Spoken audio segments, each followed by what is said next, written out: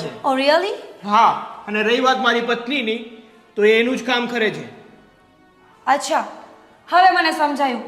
તમારા લોકોનો ધંધો છે કે આખા ગામમાં જવાનું, બધાના ઘરે જે પણ દુઃખી હોય એને સલાહ આપવાની, એની સેવા કરવાની, અને એના બદલામાં થોડા ઘણા પૈસા મળે તો ઘર ચાલ્યા કરે। ઓ મેડમ, મારી એટલી ઓકાત છે કે હું રડીને મારું ઘર ચલાવી શકું। હા, તો હું બીજી સિટીમાં રહું છું ને, અને મારો ધંધો આ સિટીમાં છે, એટલે મારે આ સિટીમાં રહેવું પડે છે। બાકી તમારા કરતાં પણ મારી પાસે બમણી મિલકત છે। અરે વાહ, કોંગ્રેચ્યુલેશન્સ!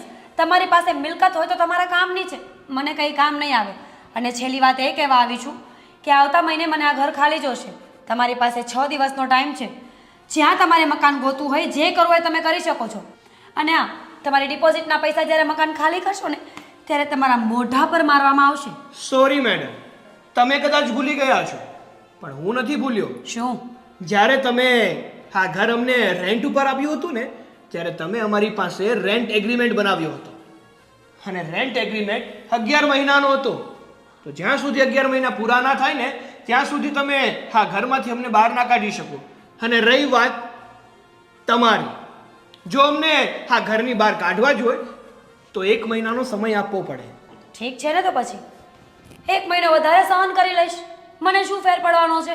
કંઈ વાંધો નહીં, આ મહિનો પૂરો થાય ને એટલે તમે આ મકાન હવે ખાલી કરી દેજો, અને તમારી સિયાને થોડી સમજાવીને રાખો।